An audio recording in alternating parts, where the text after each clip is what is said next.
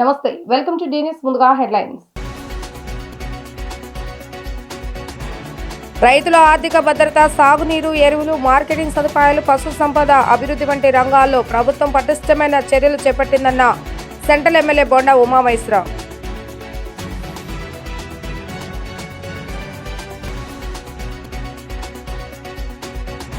రాష్ట్రంలో మెడికల్ కాలేజీల ప్రైవేటీకరణకు వ్యతిరేకిస్తూ నిరసనకు సిద్ధమైన వైసీపీ.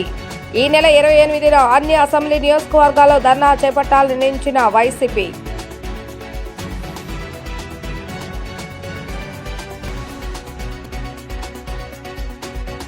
పండుగ పర్వదినాలు దృష్టిలో ఉంచుకొని ప్రయాణికుల సౌకర్యార్థం విజయవాడ డివిజన్ 263వ ప్రత్యేక రైలు నడుపుతున్నట్లుగా తెలిపిన విజయవాడ డివిజన్ డిఆర్ఎం మోహిత్ సోనాకియా. రైతుల ఆర్థిక భద్రత, సాగునీరు, ఎరువులు, మార్కెటింగ్ సదుపాయాలు, పశు సంపద అభివృద్ధి వంటి రంగాల్లో ప్రభుత్వం పటిష్టమైన చర్యలు చేపట్టిందని సెంట్రల్ ఎమ్మెల్యే బోండా ఉమామహేశ్వరరావు అన్నారు. రైతుల సంక్షేమమే తమ ప్రభుత్వ ప్రధాన లక్ష్యమని చెప్పుకొచ్చారు. రైతుల సంక్షేమం కోసం, వారి అభివృద్ధి కోసం ప్రాథమిక వ్యవసాయ సహకార పరిమితి బ్యాంకు నూతన కార్యవర్గ సభ్యులు కృషి చేయాలని కోరారు. 64వ డివిజన్లో విజయ కుందావారి కండ్రికా సంఘం లిమిటెడ్ ప్రాథమిక వ్యవసాయ సహకార పరిమితి బ్యాంక్ నూతన కార్యవర్గ ప్రమాణ స్వీకార కార్యక్రమం బుధవారం ఉదయం ఘనంగా జరిగింది. కార్యక్రమంలో తెలుగుదేశం పార్టీ సీనియర్ నాయకులు సాధం శ్రీనాథ్, బ్యాంక్ చైర్మన్ గా పొన్నం శేషగిరి, దేవిరెడ్డి చంద్రశేఖర్ రెడ్డి డైరెక్టర్లుగా బాధ్యతలు స్వీకరించారు. ఈ కార్యక్రమానికి ముఖ్య అతిథిగా ప్రభుత్వ whip central MLA Bonda Umamaheswara Rao హాజరై నూతన కార్యవర్గ సభ్యులతో ప్రమాణ స్వీకారం చేయించారు. ఈ సందర్భంగా బోండా ఉమా మాట్లాడుతూ కూటమి ప్రభుత్వం అధికారంలోకి వచ్చిన తర్వాత రైతులకు భద్రతా భరోసా కలిగిందన్నారు. గత 16 నెలల్లో ప్రభుత్వం రైతుల సంక్షేమం కోసం అనేక కార్యక్రమాలను చేపట్టిందని తెలిపారు.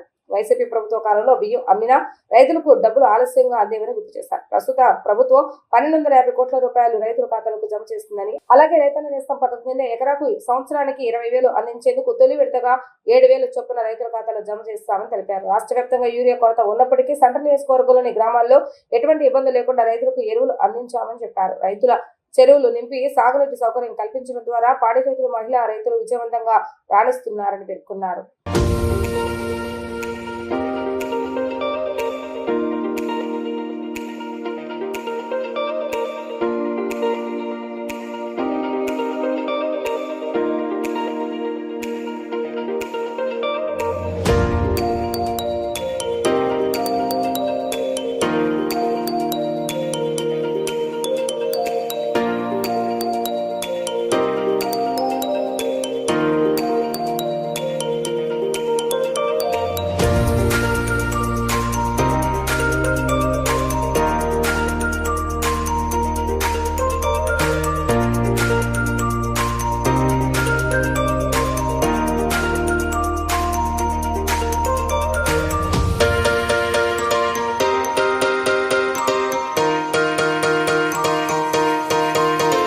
తెలుగుదేశం ప్రభుత్వం అధికారంలోకి వచ్చినాక రైతులకి ఒక భద్రత, ఒక భరోసా దొరికింది. గత 16 నెలల్లో రైతన్నలు అన్ని రకాలుగా కూడా ఆదుకోవడానికి ఈ ప్రభుత్వం అన్ని ప్రయత్నాలు చేసింది. అన్ని ప్రయత్నాల్లో రైతన్నలు సంతోషంగా ఉన్నారు. ముఖ్యంగా గత ప్రభుత్వంలో బియ్యం, ధాన్యం అమ్ముకుంటే డబ్బులు కూడా వచ్చేయవు. అలాంటిది ధాన్యం బకాయిలన్నీ కూడా దాదాపు 1250 కోట్లు ధాన్యం బకాయిలు రైతులకి చెల్లించాం. అంతేకాకుండా రైతన్న నేస్తం పేరు మీద సంవత్సరానికి 20,000 రూపాయలు రైతన్నలకి ఎకరాకి ఇస్తామని చెప్పాం. ఇచ్చిన మాట ప్రకారం తొలి విడత 7,000 రూపాయలు వాళ్ళ ఖాతాల్లో వేసాం. మరి రాష్ట్రం అంతా యూరియా దొరకట్లేదు, తీవ్రమైనటువంటి ఇబ్బందులు పడుతున్నారని అన్నారు. మా రైతన్నలకి ఈ 6 గ్రామాల్లో ఎక్కడా కూడా ఒక్క రోజు కూడా ప్రాబ్లం లేకుండా రైతన్నలకి యూరియా అంతా కూడా సప్లై చేసాం. అట్లాగే అన్ని రకాలుగా రైతన్నలకి వాళ్ళ చెరువులు నింపాం, నీళ్ళు ఇస్తున్నాం. పాడి రైతులు, ముఖ్యంగా ఈ గ్రామం బ్రహ్మాండంగా పాడి రైతులు, మా మహిళా రైతక్కలు, చెల్లెమ్మలు బ్రహ్మాండంగా పాడి నెంబర్ 1లో అత్యధిక దిగుబడి ఈ ప్రాంతం ఇస్తుందంటే అది మా రైతన్నలకి అన్ని రకాలుగా ప్రభుత్వం అండగా ఉండబట్టి. మా మీద ఎంతో నమ్మకంతో మా అన్నగారైన బోండా ఉమామహేశ్వరరావు గారు ఈ బాధ్యతలు మాకు అప్పగించడం జరిగింది. భవిష్యత్తులో ఆయనకి ఎటువంటి చెడ్డ పేరు రాకుండా, ఇక్కడ ఎటువంటి ఏవి అందరికీ రైతులకు అందరికీ ఉపయోగపడే విధంగా అందరికీ అన్ని విధాలుగా అన్ని సౌకర్యాలు కలిగిస్తూ అన్ని విధాలుగా ఈ బ్యాంకు అభివృద్ధిని ముందుకు తీసుకెళ్తాము. అదేవిధంగా మా అన్నగారి నమ్మకం మేరకు దీన్ని ఇంకా అభివృద్ధి పదంలోకి తీసుకొస్తాము. గోల్డ్ రేట్లు విపరీతంగా పెరిగిపోయినందున గోల్డ్ పెట్టుకోవడానికి ప్రతి మహిళ బయటికి బ్యాంకుల దగ్గర కానీ ప్రైవేట్ బ్యాంకర్ల దగ్గర కానీ ఎక్కడికైనా వెళ్ళి పెట్టుకోవడానికి చాలా ఇబ్బంది పడుతున్నారు. అదేవిధంగా మన గ్రామంలో లాకర్ సిస్టమ్ ఏర్పాటు చేసి అదే లాకర్ సిస్టమ్ నుండి అందరూ గోల్డ్ పెట్టుకోవడానికి కానీ గోల్డ్ లోన్లు తీసుకోవాలంటే బయట గోల్డ్ లోన్ తీసుకోవాలన్నా కానీ ఈరోజు ఎవరిని నమ్మలేని పరిస్థితి. అలాంటిది మన గ్రామంలో మనందరం దగ్గర మన గోల్డ్ మొత్తం మన బ్యాంకులోనే పెట్టుకొని గోల్డ్ తీసుకెళ్లే సౌకర్యం కల్పిస్తాము. ఈరోజు 64వ డివిజన్ కుందావారి కండ్రిక గ్రామంలో బోండా ఉమామహేశ్వరరావు గారు ఈ సొసైటీ బ్యాంక్కి సంబంధించిన చైర్మన్ అలాగే డైరెక్టర్ని ఈ ప్రమాణ స్వీకారం చేయించారు. ఈరోజు అందరికీ శుభాకాంక్షలు తెలియజేశారు. ప్రత్యేకంగా 64వ డివిజన్ తరపు నుంచి శ్రీనాథ్ గారికి, చైర్మన్ శ్రీనాథ్ గారికి, పొన్నం శేషగిరి గారికి, దేవిరెడ్డి చంద్రశేఖర్ గారికి 64వ డివిజన్ తరపున మా తరపు నుంచి కూడా ఆర్థిక శుభాకాంక్షలు తెలియజేస్తూ సెలవు తీసుకుంటాం. రాష్ట్రంలో మెడికల్ కాలేజీల ప్రైవేటీకరణకు వ్యతిరేకంగా నిరసనలకు వైసీపీ సిద్ధమైంది. ఇందులో భాగంగా ఈ నెల 28వ తేదీన అన్ని అసెంబ్లీ నియోజకవర్గాల్లో ధర్నాలు చేపట్టాలని నిర్ణయించింది. ఈ మేరకు తాడేపల్లిలోని పార్టీ కేంద్ర కార్యాలయంలో వైసీపీ నేతలు పోస్టర్ విడుదల చేశారు. ఈ కార్యక్రమంలో party state coordinator Sajjala Ramakrishna Reddy, ఎమ్మెల్సీలు లేల అప్పారెడ్డి, అరుణ్కుమార్, మాజీ మంత్రి వెల్లంపల్లి శ్రీనివాస్, కార్మూరి నాగేశ్వరరావు, చెలబోయిన వేణుగోపాలకృష్ణ తదితరులు పాల్గొన్నారు. ఈ సందర్భంగా సజ్జల రామకృష్ణారెడ్డి మాట్లాడుతూ వైఎస్ జగన్ హయాంలో 7 మెడికల్ కాలేజీలు పూర్తి అయ్యాయని తెలిపారు. అబద్ధాలు చెప్పి దబాయించడం చంద్రబాబు నాయుడుకు అలవాటే అని వ్యాఖ్యానించారు. మెడికల్ కాలేజీ ప్రైవేటీకరణను అన్ని వర్గాల ప్రజలు వ్యతిరేకిస్తున్నారని చెప్పారు. వైఎస్ జగన్ ఒకేసారి 17 మెడికల్ కాలేజీలకు శంకుస్థాపన చేశారని, వాటిలో కోవిడ్ తర్వాత 5 మెడికల్ కళాశాలలను పూర్తి చేశారని తెలిపారు. కూటమి మెడికల్ కాలేజీల ప్రైవేటీకరణను ఆపే వరకు వైసీపీ పోరాటం చేస్తుందని అన్నారు. మెడికల్ కాలేజీల ప్రైవేటీకరణ దుర్మార్గ చర్య, దీనిపై ప్రజలు కూడా వ్యతిరేకత బాగా పెరిగిందని తెలిపారు. ప్రభుత్వం వెనక్కు తగ్గే వరకు పోరాటం చేస్తామని, ఇది రాజకీయాల కోసం కాదు, రాష్ట్ర భవిష్యత్తు కోసమని చెప్పారు. ఈ నెల 28వ తేదీన అన్ని అసెంబ్లీ నియోజకవర్గాల్లో నిరసన ర్యాలీలు చేస్తాం, ప్రజాస్వామ్య వాదులంతా హాజరు కావాలని వారు పిలుపునిచ్చారు. రాష్ట్రంలో ప్రభుత్వ మెడికల్ కళాశాలలను ప్రైవేటు వ్యక్తులకు అప్పజెప్పే దుర్మార్గపు ఆలోచన చేసిన చంద్రబాబు కూటమి ప్రభుత్వానికి వ్యతిరేకంగా ఆ ప్రతిపాదనను ఇమీడియట్గా ఉపసంహరించుకోవాలని, అలాగే జగన్మోహన్ రెడ్డి గారి హయాంలో మొదలుపెట్టిన 17 మెడికల్ కాలేజీలు పూర్తిగా ప్రభుత్వ రంగంలోనే కొనసాగాలని, ఈ డిమాండ్తో దీని గురించి ప్రజల్లో చైతన్యం తీసుకొచ్చి ఇప్పటికే ఏదైతే వ్యతిరేకత పెళ్ళుబుకి రాష్ట్ర వ్యాప్తంగా వ్యక్తం అవుతోందో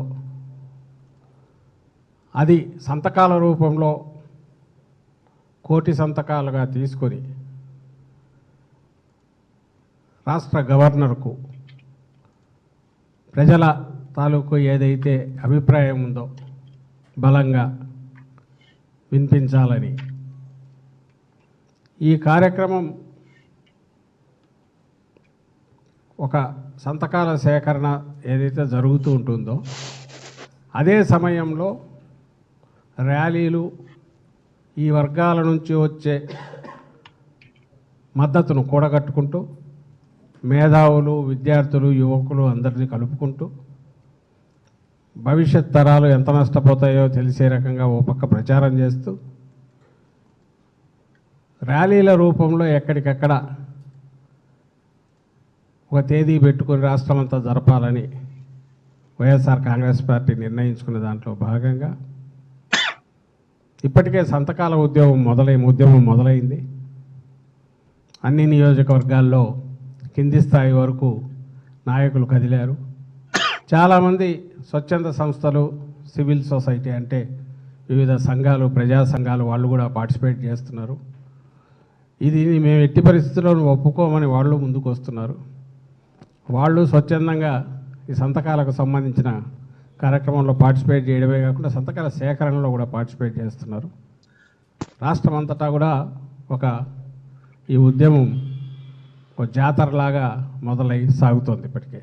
పండుగ పర్వదినాలను దృష్టిలో ఉంచుకునే ప్రయాణికుల సౌకర్యార్థం విజయవాడ డివిజన్ 263 ప్రత్యేక రైళ్లు నడుపుతున్నట్లుగా విజయవాడ డివిజన్ డిఆర్ఎం మోహిత్ సోనాకియా తెలిపారు. పండుగ డిమాండ్ను తీర్చడానికి భారతీయ రైల్వేలు దేశవ్యాప్తంగా 12,011 కంటే ఎక్కువ ప్రత్యేక రైళ్లను నడపాలని ప్రణాళిక వేసింది. వీటిలో 973 రైళ్లు దక్షిణ మధ్య రైల్వేకి చెందినవి, 263 రైళ్లు విజయవాడ డివిజన్కు చెందినవని ఆయన చెప్పుకొచ్చారు.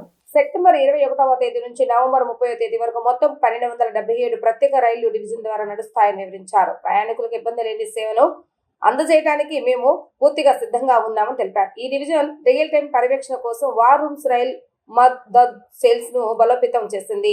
ఐఆర్టీసీతో ఆన్ బోర్డ్ క్యాటరింగ్ సమన్వయాన్ని నిర్ధారించింది. స్టేషన్లో రైల్లో అగ్నిమాపక భద్రతా తనిఖీలను కఠినం చేశామని వివరించారు. In view of the festival season, South Central Railway Vijayawada Division has made extensive arrangements to handle the extra rush and crowd going to their homes and returning from their homes for this festival season to celebrate Diwali, Dashera and Chhath Puja.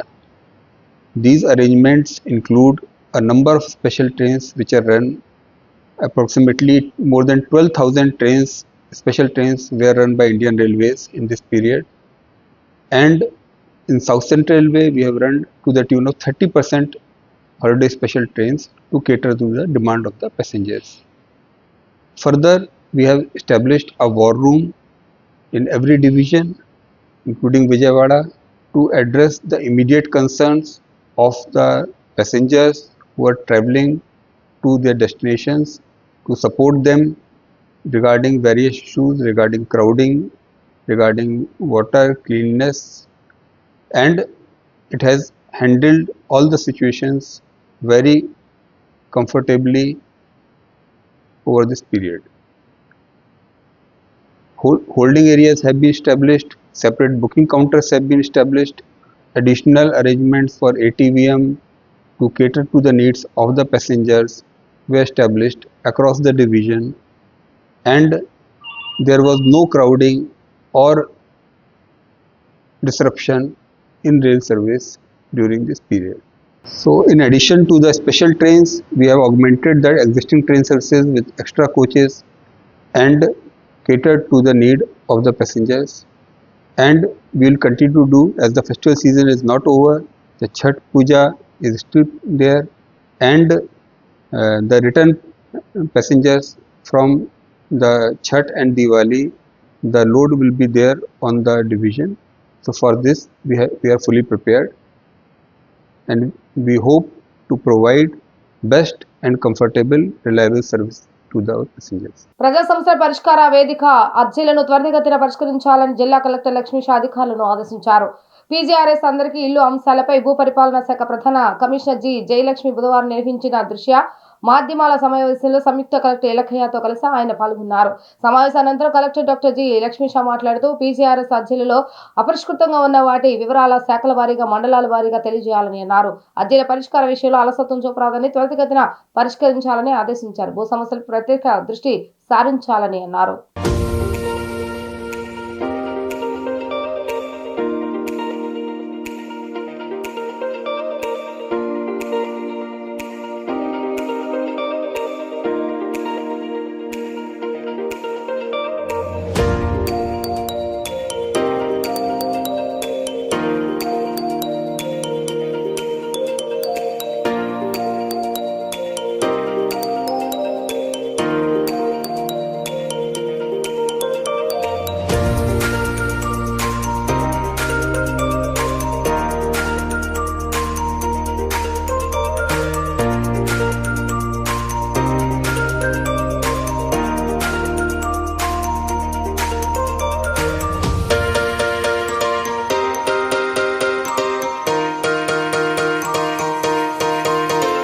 ఈ MoU యొక్క concept ఏంటంటే గౌరవ CM గారు కానీ గౌరవ PM గారు కానీ concepts first thing entrepreneur in a family, number 2 Viksit Bharat 2047, Swarnandhra 2047. ఈ రెండు కాన్సెప్ట్స్ మనం రీచ్ అవ్వాలంటే we have to work very hard. దానిలో భాగంగా మనం ఎన్ఐఆర్డి అనే ఒక సంస్థ ద్వారా ఆల్రెడీ ఎన్ఐఆర్డి అంటేనే చాలా ఇండియాలో one of the famous organisation and also many అంటే మనకు చాలా మంది తెలిసి ఉండవచ్చు. ఎన్ఆర్జిఎస్ ఫండ్స్ కూడా ఎన్ఐఆర్డి ద్వారానే ఆపరేషన్ జరుగుతూ ఉంటాయి. అంతేకాకుండా ఎన్నో స్కీమ్స్ కూడా ఎన్ఐఆర్డి ద్వారానే ఆపరేషన్ జరుగుతుంది. అండ్ మన హానరబుల్ కలెక్టర్ గారు కూడా one of the product of NIRD అవడం మనకు చాలా అదృష్టం. అండ్ ఈ ఎన్ఐఆర్డి ద్వారా మా యొక్క కాన్సెప్ట్ ఏంటంటే కలెక్టర్ గారు ప్రతి మీటింగ్లో జీడిపి పెరగాలి, పర్ క్యాపిటల్ ఇన్కమ్ పెరగాలి అంటారు. పర్ క్యాపిటల్ ఇన్కమ్ పెరగాలి అంటే నాకున్న కాన్సెప్ట్ నేను మొన్న సీఎం గారి మీటింగ్లో కూడా నేను చెప్పింది ఏంటంటే ఎక్కడైతే ఆల్రెడీ సెల్ఫ్ హెల్ప్ గ్రూప్స్ ఉన్నాయో సెల్ఫ్ హెల్ప్ గ్రూప్స్ని టార్గెట్ చేస్తా, రైతులను టార్గెట్ చేస్తా మనం వెళ్దామని 5-6 మీటింగ్స్ అయ్యి.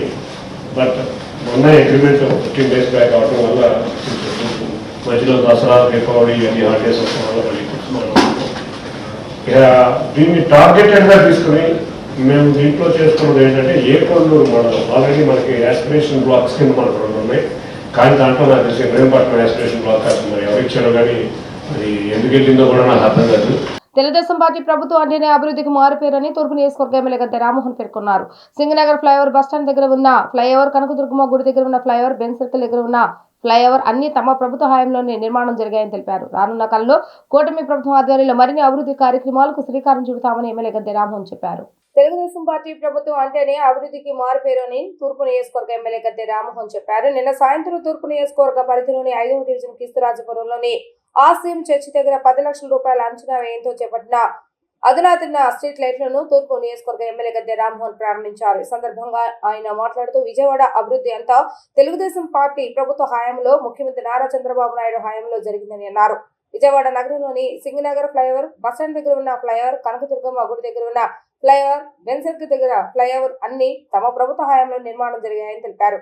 నగరంలోని కాలువలపై వంతెనలు తెలుగుదేశం పార్టీ ప్రభుత్వ హయాంలోనే నిర్మాణం చేస్తామని తెలిపారు. నగరంలోని ప్రధాన రహదారులని విస్తరించి నిర్మాణం చేయడమే కాకుండా అనేక కొత్త రహదారులు నిర్మాణం చేసిన ఘనత కూడా ముఖ్యమంత్రి నారా చంద్రబాబు నాయుడుదేనని చెప్పారు. పంటకాలువ road, tower line road, Prasadampadu నుంచి ఆటో నగర్కు వచ్చేందుకు రహదారితో పాటు ఎన్నో కొత్త రోడ్లను నిర్మాణం చేస్తామన్నారు. కొండ ప్రాంతాల్లో మెట్లు, రైలింగ్ తో పాటుగా త్రాగునీటి పైపులు, రిజర్వాయర్లు నిర్మాణం చేసిన కూడా తమ ప్రభుత్వమేనని చెప్పారు. అభివృద్ధి పనులతో పాటుగా నగరాన్ని సుందరంగా తీర్చిదిద్దుతున్నామని అన్నారు. రానున్న కాలంలో కూటమి ప్రభుత్వ ఆధ్వర్యంలో మరిన్ని అభివృద్ధి కార్యక్రమాలకు శ్రీకారం చుట్టామని ఎమ్మెల్యే గద్దె రామ్మోహన్ చెప్పారు. 5 సంవత్సరాల వైఎస్ఆర్సీపీ ప్రభుత్వ హయాంలో విజయవాడ నగరంలో చేసిన అభివృద్ధి ఏమీ లేదని అన్నారు. క్రీస్తురాజపురం ఈ రోడ్డుకి అత్యధిక ప్రాధాన్యత ఉన్న రోడ్డు. ఈ రోడ్డుకి కాదు, విజయవాడ నగరానికి వెలుగులు తెచ్చింది నారా చంద్రబాబు నాయుడు గారు 2014లో విడిపోయిన రాష్ట్రానికి ముఖ్యమంత్రి అయినప్పుడు ఎల్ఈడి అనే ఒక కొత్త వ్యవస్థని మన రాష్ట్రంలో ఇంట్రొడ్యూస్ చేసి గతంలో ఎక్కడా లేని విధంగా ఆ రోజున అంత ఎల్ఈడి లైట్లు ఏర్పాటు చేసుకోవడం జరిగింది. ఆ రోజు నుంచి నగరంలో నలుమూలల ప్రధాన రోడ్లు, చిన్న చిన్న రోడ్లు, మారుమూలన రోడ్లతో సైతం కూడా ఎల్ఈడి బల్బులతో కొత్త వెలుగులు తీసుకొచ్చిన నారా చంద్రబాబు నాయుడు గారు మరలా 2024లో మరలా విజయం సాధించిన తర్వాత ఈ లైటింగ్ మరింత కళదిచ్చి హై వోల్టేజ్తో పట్టపగలాగా కనపడే విధంగా ఉండేదానికి లైట్లు ఏర్పాటు చేసుకోవడం జరిగింది. ఈరోజు ఇక్కడ ఈ రోడ్డుకి 10 లక్షల రూపాయల వ్యయంతో మంచి హై వోల్టేజ్ లైట్లు వేసుకోవడమే కాకుండా నగరంలో ప్రధాన కూడల్లో ట్రైమాక్స్ లైట్లని అవి కూడా ఏర్పాటు చేసుకోవడం జరుగుతోంది. నారా చంద్రబాబు నాయుడు గారు ఆ రోజున ఇచ్చిన ప్రత్యేకమైన నిధులతో 2014-19లో ఈ రోడ్డు నిర్మాణం చేసుకున్నాం. గత 5 సంవత్సరాల నుంచి జగన్మోహన్ రెడ్డి గారి పాలనలో ఈ రోడ్డు మీద బ్లాక్ ట్యాప్ వేయలేకపోయారు. మరలా ఈ రోడ్డుకి మరలా వైభవం తీసుకురావడానికి ఈరోజున ₹1 కోటి బ్లాక్ ట్యాప్ ఏర్పాటు చేసుకోవడానికి కూడా నిధులు సమీకరించుకోవడం జరుగుతోంది. క్రీస్తురాజపురం ప్రాంతంలో మంచినీళ్లు కానివ్వండి, రోడ్లు కానివ్వండి, మరి మెట్ల మార్గం కానివ్వండి, ఆటో డ్రైవర్ల కుటుంబాలకు ఆర్థికంగా సామాజికంగా స్థిరపడేలా కూటమి ప్రభుత్వం కృషి చేస్తుందని సెంట్రల్ ఎమ్మెల్యే బొండా ఉమా స్పష్టం చేశారు. బాబాయ్ హోటల్ సెంటర్ నందు కొత్తగా ఏర్పాటు చేసిన ఆటో స్టాండ్ ను ఆయన ప్రారంభించారు. కొత్త ఆటో స్టాండ్ పలువురికి ఉపాధి దొరుకుతుందని ఆకాంక్షించారు. నియోజకవర్గంలోని 36వ డివిజన్ బాబాయ్ హోటల్ సమీపం వద్ద టీఎన్టీయూసీ సెంట్రల్ నియోజకవర్గ అధ్యక్షులు గరిమెల్లా జిన్నా ఆధ్వర్యంలో నూతన ఆటో స్టాండ్ ప్రారంభోత్సవ కార్యక్రమం ఘనంగా జరిగింది.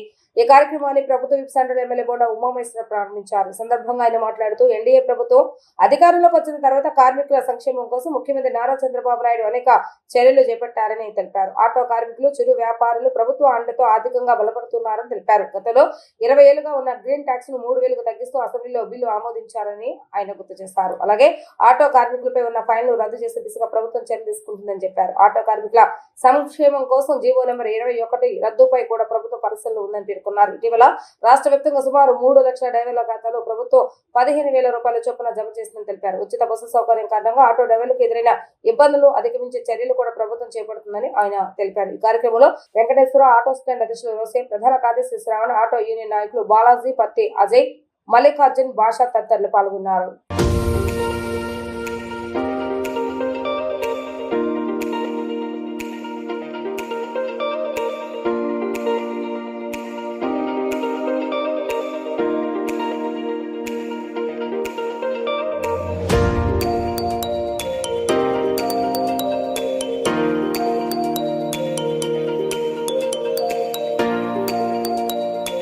ప్రభుత్వం అధికారంలోకి వచ్చినాక ఇవాళ కార్మికులకి, అలాగే చిరు వ్యాపారులకి, ముఖ్యంగా మా ఆటో సోదరులకి, డ్రైవర్లకి, ఓనర్లకి ఒక అండ దొరికింది. ఒక అన్ని రకాలుగా ప్రభుత్వం నుంచి మద్దతు దొరికింది. ఇవాళ ఈ ప్రభుత్వం ఏదైతే ఎన్నికల ముందు చెప్పామో, ఎన్నికల ముందు చెప్పినటువంటి ప్రతి వాగ్దానాన్ని నెరవేర్చే విధంగా ముందుకెళ్తా ఉన్నాం. ఈరోజు గ్రీన్ ట్యాక్స్, గతంలో 20,000 ఉండే గ్రీన్ ట్యాక్స్ని తగ్గిస్తామని చెప్పాం. మొన్న అసెంబ్లీ సమావేశాల్లో దాన్ని బిల్లు పెట్టి 3,000 రూపాయలకు తీసుకొచ్చాం. అట్లాగే జీవో నెంబర్ 21 దాన్ని కూడా రద్దు చేయాల్సినటువంటి అవసరం ఉంది. దాన్ని కూడా న్యాయ నిపుణులు పర్యవేక్షిస్తూ ఉన్నారు. దాన్ని కూడా త్వరలో దాన్ని ఆటో వాళ్ళ మీద ఉన్నటువంటి ఫైన్స్ అన్నిటిని కూడా రద్దు చేసే విధంగా ముఖ్యమంత్రి గారు ఆల్రెడీ ఒప్పుకున్నారు. దాన్ని కూడా రద్దు చేస్తాం. ఆటోల మీద ఉన్నటువంటి ప్రతి ఫైన్ని కూడా రద్దు చేసే విధంగా ముందుకెళ్తాం. అంతేకాకుండా డ్రైవర్ నేస్తం పేరు మీద మొన్ననే రాష్ట్రంలో దాదాపు 3 లక్షల మంది డ్రైవర్లు ఎవరైతే ఎన్రోల్మెంట్ చేసుకున్నారో వాళ్ళందరికీ కూడా 15,000 రూపాయలు వాళ్ళ ఖాతాల్లోకి వేసాం. ఈరోజు సెంట్రల్ నియోజకవర్గంలో గాంధీనగర్లో ఒక బిజినెస్ ఏరియాలో చిట్టూరి హై స్కూల్ వద్ద కార్మికులు ఆటో స్టాండ్ పెట్టుకోవడానికి ఇబ్బంది పడుతూ ఉంటే సమస్యని ప్రెసిడెంట్ గారు అటువంటి రోసే గారు, సెక్రటరీ అయిన శ్రావణ్ కుమార్ గారు, బాలాజీ గారు, వీళ్ళంతా కూడా అజయ్, వీళ్ళంతా కూడా ఎమ్మెల్యే దగ్గరికి వచ్చాయా మాకు స్టాండ్ కావాలని అడిగితే పేదలకు అండగా ఉండే వ్యక్తి, కార్మికులను కంటికి రెప్పలా కాపాడుకునే వ్యక్తి, వెంటనే మీరు స్టాండ్ పెట్టండి, అన్ని మున్సిపల్ కార్పొరేషన్ వాళ్ళతోటి, పోలీసు వాళ్ళతోటి ఎటువంటి కావాలన్నా అన్నీ కూడా నేను చూస్తానని చెప్పి వెంటనే మాకు స్టాండ్ ఏర్పాటు చేసినందుకు హృదయపూర్వకంగా సెంట్రల్ నియోజకవర్గ టీఎన్టీ తరఫున మరియు చిట్టూరు హై స్కూల్ తరఫున బొండామారికి హృదయపూర్వక కృతజ్ఞతలు తెలియజేసుకుంటాను. ఈ కార్యక్రమానికి అందరికీ కూడా మాకు వెనకాతల నుండి అన్నదానాలు అందించిన మా సోమేశ్ గారికి, ఆటో కార్మికులందరికీ కూడా ప్రత్యేకంగా పేరున హృదయపూర్వక కృతజ్ఞతలు తెలియజేసుకుంటా ఉన్నాం. సాగునీటి ప్రాజెక్టుల కోసం నిబద్ధతతో సుబ్బారాయుడు పనిచేస్తారని, రాయలసీమ ప్రాజెక్ట్స్ పై ఎంతో అధ్యయనం చేసిన గొప్ప వ్యక్తి సుబ్బారాయుడు అని మాజీ ఐపీఎస్ అధికారి ఏబీ వెంకటేశ్వరరావు చెప్పారు. రాయలసీమలో అసంపూర్ణంగా మిగిలిపోయిన ప్రాజెక్టులు ఎలా పూర్తి చేయాలనే దానిపై ఎన్నో అధ్యయనాలు చేశారు. నగరంలోని ఒక ఫంక్షన్ హాల్లో ఆలోచన పనుల వేదిక ఆధ్వర్యంలో రాయలసీమ సాగునీటి ప్రాజెక్టులపై అవిశ్రాంతంగా కృషి చేసిన ఇంజనీర్ ఎం సుబ్బారాయుడు సంస్మరణ సభ కార్యక్రమాన్ని నిర్వహించారు. కార్యక్రమానికి హాజరైన మాజీ ఇంటెలిజెంట్ డీజీ ఏబీ వెంకటేశ్వరరావు ఆలోచన పనుల వేదిక సభ్యులు పాల్గొన్నారు. ఈ సందర్భంగా ఏబీ వెంకటేశ్వరరావు మాట్లాడుతూ ఏడాది కృష్ణా జలాలు ఎవరికి ఉపయోగపడలేదని తెలిపారు. 2 రాష్ట్రాల అలసత్వం కారణంగా కృష్ణా జలాలు వృధాగా పోతున్నాయని, తెలంగాణ కాళేశ్వరం కోసం, ఆంధ్రప్రదేశ్ పోలవరం, మరకజర్ల ప్రాజెక్టుల కోసం పోటాపోటీగా పనిచేస్తున్నాయని చెప్పారు. ఏపీలో నదుల నుండి వచ్చిన నీటిని వచ్చినట్టు వాడుకుంటేనే వ్యవసాయ స్థిరీకరణ జరుగుతుందని, రాయలసీమలో ఇప్పటికే వాణిజ్య పంటలకు నీరు అందటం లేదన్నారు. ఎన్ని చోట్ల రిజర్వాయర్స్ కట్టుకుంటే ఎన్ని నీళ్లు ఒడిచిపట్టుకుంటామో అనే అవగాహన కూడా రాష్ట్ర ప్రభుత్వానికి ఉండటం లేదని ఎద్దేవా చేశారు.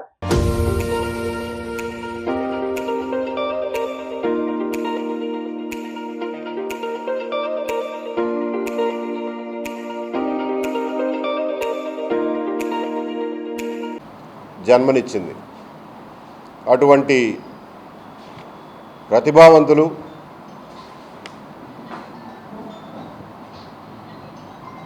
రాష్ట్రం పట్ల చాలా నిబద్ధత కలిగినటువంటి వ్యక్తుల్లో సుబ్బారాయుడు గారు ఒకరు.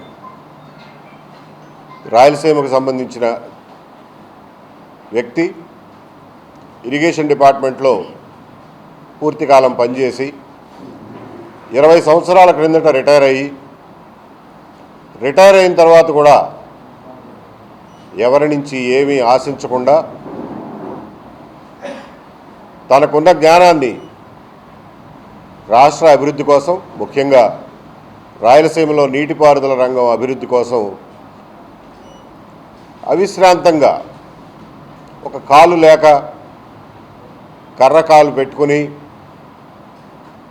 చుట్టూ మ్యాపులు, పుస్తకాలు, కాగితాలు పెట్టుకుని చివరి రోజు వరకు కూడా తనకు తెలిసిన జ్ఞానాన్ని ప్రజల కోసం ఉపయోగించాలని తపన పడిన అరుదైన వ్యక్తుల్లో ఒకరు సుబ్బారాయుడు గారు. ఇది మేము ఆయన్ని ఈ మధ్యకాలం కలిసినప్పుడు మా అందరం కళ్ళారా చూసే అదృష్టం కలిగింది. ఆయనతో కాసేపు మాట్లాడే అదృష్టం కలిగింది. ఆయన రాయలసీమలో ఇప్పటికీ అసంపూర్తిగా ఉన్న నీటిపారుదల రంగ విషయంలో నిర్ణయాలు, సరే ప్రాజెక్టులు అసంపూర్తిగా ఉండడం అనేది జరిగేదే. దాని గురించి రాజకీయ నాయకులు, మాలాంటి ఆలోచన పరులు మాట్లాడుతూనే ఉన్నాం. నిశ్చితంగా మైక్రో లెవెల్లో ప్రభుత్వానికి సూచనలు చేస్తూనే ఉన్నాం. విన్న కాడికి వింటున్నారు, లేని వదిలేస్తున్నారు. అన్ని వర్గాల ప్రజల సమస్యలపై సానుకూలంగా స్పందిస్తున్న కూటమి ప్రభుత్వం గత ఎన్నో ఏళ్లుగా పరిష్కారం కాని తమ సమస్యను పరిష్కరించే దిశగా పనిచేయడం ఎంతో సంతోషకరమని the Vijayawada working journalist mutual aided cooperative house building society limited సభ్యులు తెలిపారు. ప్రభుత్వానికి భారం లేకుండా ఇళ్ల నిర్మాణం చేపట్టి నిర్మాణ ఖర్చులు కేటాయించినట్లయితే పాత్రికేయులు సొంతింటి గల సహకారం అవుతుందని ఆశాభావం వ్యక్తం చేశారు. The Vijayawada working journalist cooperative house building society ఆధ్వర్యంలో బాలసు భవన్ అత్యవసర సర్వసభ్య సమావేశం నిర్వహించారు. ఈ సమావేశంలో పాత్రికేయులకు ప్రభుత్వమే ఇల్లు నిర్మించి ఇవ్వాలని ఏకగ్రీవ తీర్మానం చేశారు. ఈ సందర్భంగా సొసైటీ సభ్యులు మాట్లాడుతూ ముఖ్యమంత్రి నారా చంద్రబాబు నాయుడు నేతృత్వంలోని టీడీపీ ప్రభుత్వం 2019లో జారీ చేసిన జీవో ఆర్టీ నెంబర్ 377ను అనుసరించి విజయవాడ రూరల్ మండలం నున్న గ్రామంలో పాత్రికేయులకు రాష్ట్ర సమాచార పౌర సంబంధాల శాఖ పర్యవేక్షణలో గృహ నిర్మాణ శాఖ ద్వారా ఇల్లు నిర్మించి ఇవ్వాలని విజ్ఞప్తి చేశారు. రాష్ట్ర ప్రజల సమస్య పరిష్కార విషయంలో సానుకూల దృక్పథంతో వ్యవహరిస్తున్న ప్రభుత్వం తమ దీర్ఘకాల సమస్యను పరిష్కరించాలని కోరారు. 18 సంవత్సరాల క్రితం 150 మంది సభ్యులతో ఏర్పడిన the Vijayawada working journalist cooperative house building సొసైటీకి 2008లో విజయవాడ రూరల్ మండలం నున్న గ్రామ రెవెన్యూ పరిధిలో నాటి ప్రభుత్వం జీవో నెంబర్ 480 ద్వారా 3.45 ఎకరాల కేటాయించిన విషయాన్ని గుర్తు చేశారు. 2024 ఎన్నికల్లో తెలుగుదేశం పార్టీ సారథ్యాన కూటమి ప్రభుత్వ అధికారంలోకి వచ్చిన ధర్మిల తన నియోజకవర్గ పరిధిలోని ఈ సమస్యను ప్రభుత్వ గన్నవరం శాసనసభ్యులు యాలగడ్డ వెంకట్రావు గత 2 శాసనసభ సమావేశాలను ప్రభుత్వ దృష్టికి తెచ్చి పరిష్కరించవలసిందిగా విన్నవించినట్లు పట్ల కృతజ్ఞతలు తెలిపారు. ముఖ్యమంత్రి నారా చంద్రబాబు నాయుడు దృష్టికి తీసుకువెళ్లి గృహ నిర్మాణ శాఖ ఆధ్వర్యంలో ఇల్లు నిర్మిస్తామని స్పష్టమైన హామీ ఇచ్చిన సమాచార పౌర సంబంధాల గృహ నిర్మాణ శాఖ మంత్రి కొలుసు పార్థసారథికి ధన్యవాదాలు తెలిపారు. రాష్ట్రంలో గృహ నిర్మాణాలపై త్వరలో జరగనున్న మంత్రివర్గ ఉపసంఘం సమావేశంలో ఈ విషయం పైన చర్చించి సానుకూల నిర్ణయం తీసుకోవడం ద్వారా సొసైటీ ఏకగ్రీవ నిర్మాణాన్ని ముఖ్యమంత్రి నారా చంద్రబాబు నాయుడు దృష్టికి తీసుకువెళ్లాలని కోరారు. ఈరోజు the Vijayawada working journalist mutual aided cooperative house building society limited 2007లో ఏర్పడింది. 2008లో ఆనాటి ప్రభుత్వం ఈ సొసైటీకి భూమి కేటాయించింది నున్న పరిధిలో. 2019లో టీడీపీ ప్రభుత్వం టిడ్కో ద్వారా ఆ సొసైటీ సభ్యులకి కేటాయించిన స్థలంలో ఇల్లు కట్టివ్వాలని మరో జీవో కూడా ఇచ్చింది. అయితే నాటి నుంచి ఇప్పటి వరకు కూడా అది కార్యరూపం దాల్చలా. ఈ ప్రభుత్వం వచ్చిన తర్వాత గౌరవ శాసనసభ్యులు వెంకట్రావు గారు 2 సార్లు అసెంబ్లీలో ఈ విషయాన్ని లేవనెత్తారు. 20 సంవత్సరాల కళని సాకారం చేయవలసిందిగా ప్రభుత్వాన్ని కోరారు. మంత్రి పార్థసారథి అసెంబ్లీ వేదికగా సానుకూలంగా స్పందించారు. వివిధ వర్గాలకి ఇప్పుడున్నటువంటి కూటమి ప్రభుత్వం, చంద్రబాబు నాయుడు నేతృత్వంలోని కూటమి ప్రభుత్వం చాలా సానుకూలంగా వ్యవహరిస్తోంది.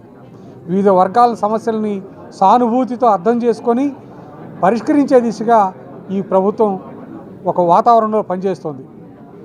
ఇన్ని ఏళ్ల పాటు ఎదురు చూస్తున్నటువంటి పాత్రికేయులకు కూడా కేటాయించినటువంటి స్థలంలో ఇళ్ల నిర్మాణం చేపట్టి ఇవ్వవలసిందిగా ప్రభుత్వాన్ని విజ్ఞప్తి చేస్తున్నాం. ఆ దిశగా ఈరోజు జరిగినటువంటి సర్వసభ్య సమావేశం ఏకగ్రీవంగా తీర్మానం చేసింది.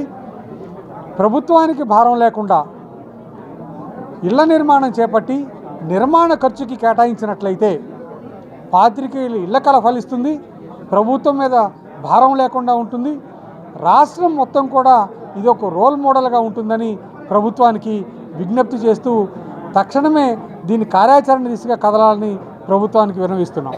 ఆపదలో ఉన్న పేదవారికి ముఖ్యమంత్రి సహాయ నిధి ఒక వరముగా మారిందని సెంట్రల్ నియోజకవర్గ ఎమ్మెల్యే బొండా ఉమామహేశ్వరరావు అన్నారు. 64 డివిజన్కు చెందిన 8 మందికి సుమారు 9,63,443 రూపాయల సొమ్ముల చెక్కు రూపంలో లబ్ధిదారులకు అందజేశారు. కులం, మతం, పార్టీ అని చూడకుండా అవసరమైన ప్రతి ఒక్కరికి ముఖ్యమంత్రి సహాయ నిధి మంజూరు చేస్తున్నామని వెల్లడించారు.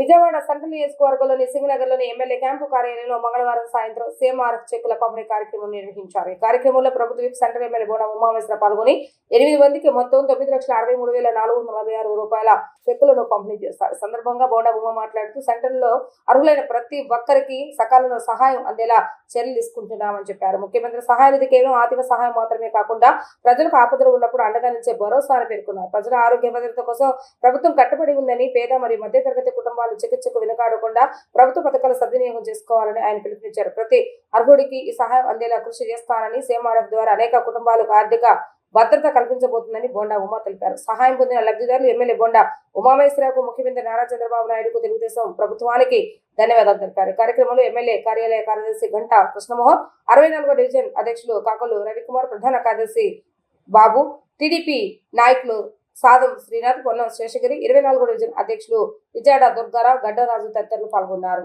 ముఖ్యమంత్రి సహాయ నిధి పేదలకి ఒక వరంలాగా మారింది.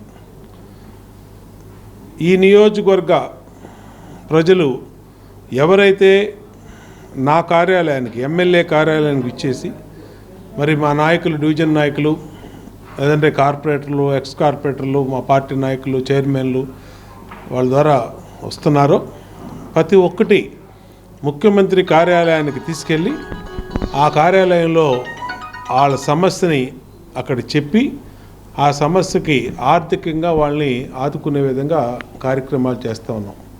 గత 16 నెలల్లో కోట్ల రూపాయలు ముఖ్యమంత్రి సహాయ నిధి తీసుకొచ్చాం. గత 5 సంవత్సరాల్లో ఒక్క చెక్కు కూడా ఎక్కడా కూడా రాల.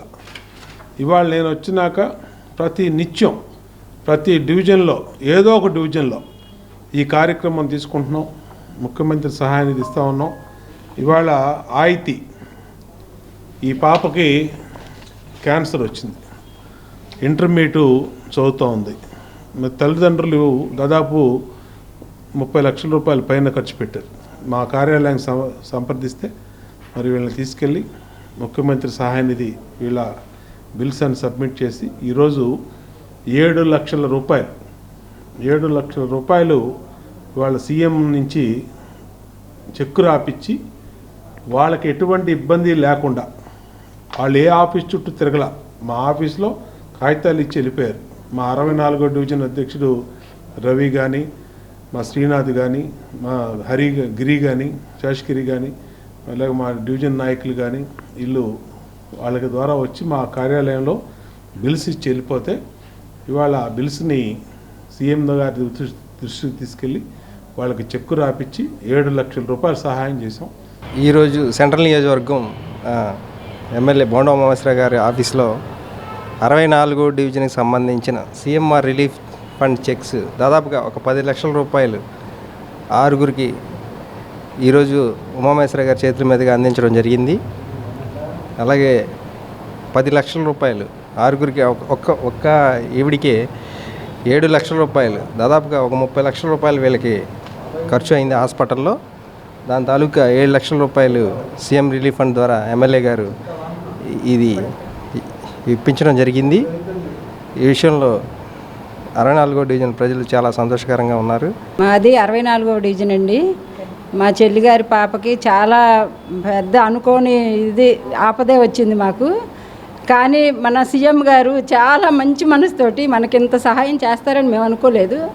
మాకు 30 లక్షల దాకా అయిందండి. కానీ 7 లక్షలు ఇలా మనం తిరగకుండానే మన బొండబొమ్మ గారు ఆఫీస్కి ఇలా వచ్చి మనం ఇలా పెట్టంగానే మాకు చేతికి ఇలా రవి గారు పిలిచి మాకు చేతికి అందించారండి. ఇది మాకు అసలు ఎంత సంతోషంగా ఉందంటే అంత సంతోషంగా ఉందండి. మాకు ఎంత వస్తుందని కూడా మేము అనుకోలేదు. అసలు చాలా సంతోషపడ్డాము. రవి గారికి చాలా థ్యాంక్స్ అండి. బొండా ఉమ్మన్న గారికి అసలు మరీ థ్యాంక్స్ చెప్తున్నాము.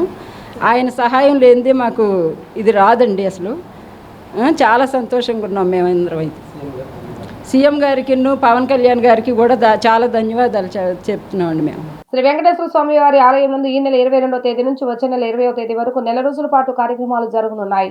బుధవారం ఉదయం ఆలయ చైర్మన్ బొర్రా రాధాకృష్ణ, ఆలయ కార్యనిర్వహణాధికారి సేనానాయక్ దంపతులు పాల్గొని ప్రత్యేక పూజలు చేస్తారు. ఆయన వైదిక కమిటీ స్థానాచార్యులు శివప్రసాద్ శర్మ హాజరై పూజలు నిర్వహించారు. బుధవారం ఉదయం 8 గంటలకు కటక పారాయణాలు, శివ పంచాక్షరి, లక్ష్మీ గణపతి జపములు జరిగాయి. ప్రతిరోజు ప్రదోష కాలం నందు మహానివేదన, పంచహారతులు, చతుర్వేద స్వస్తి జరుగును. భక్తులచే ప్రతిరోజు సాయంత్రం 6:30 శ్రీ మల్లేశ్వర స్వామి వారి ఆలయ ప్రాంగణం వద్ద దీపోత్సవం జరుగుతుందని తెలిపారు.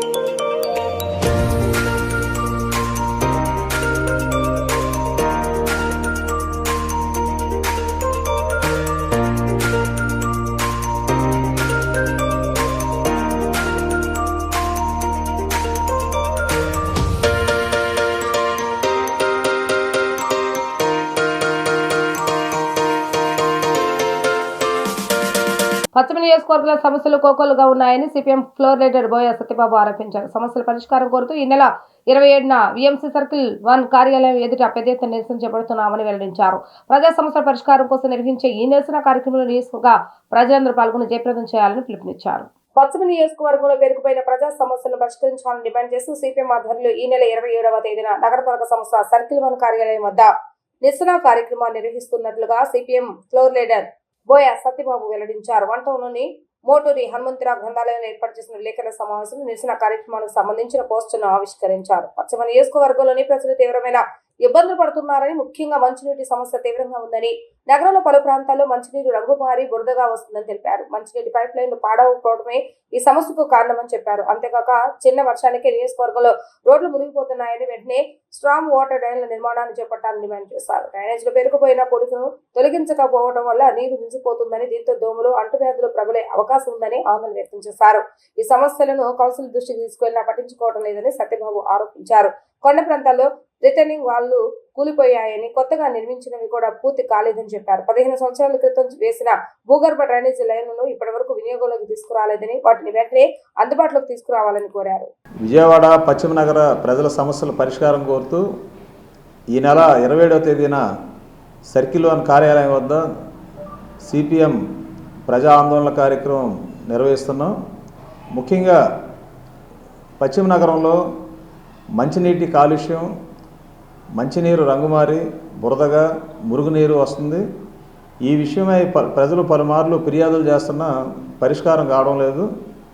మంచినీటి పైప్ లైన్లు మురుగు కాలువల్లో డ్రైనేజీల దగ్గరలో ఉండడం, అలాగే పాత పైప్ లైన్లు అవడం వల్ల ఈ సమస్య ఉత్పన్నమవుతుంది.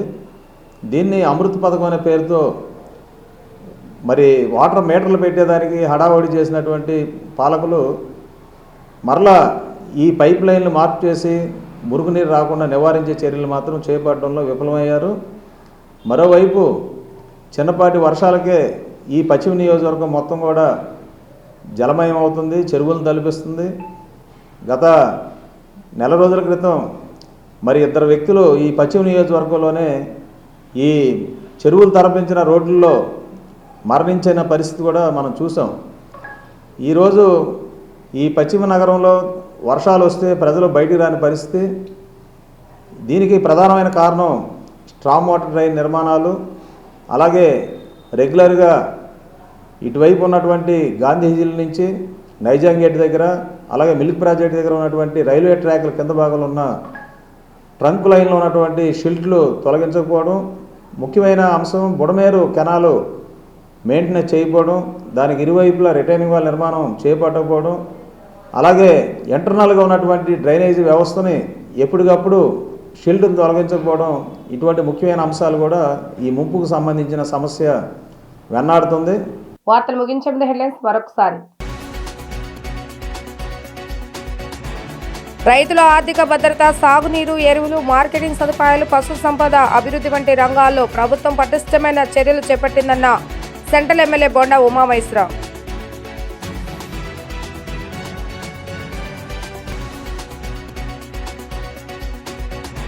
రాష్ట్రంలో మెడికల్ కాలేజీల ప్రైవేటీకరణకు వ్యతిరేకిస్తూ నిరసనకు సిద్ధమైన వైసీపీ. ఈ నెల 28న అన్ని అసెంబ్లీ నియోజకవర్గాల్లో ధర్నా చేపట్టాలని నిర్ణయించిన వైసీపీ.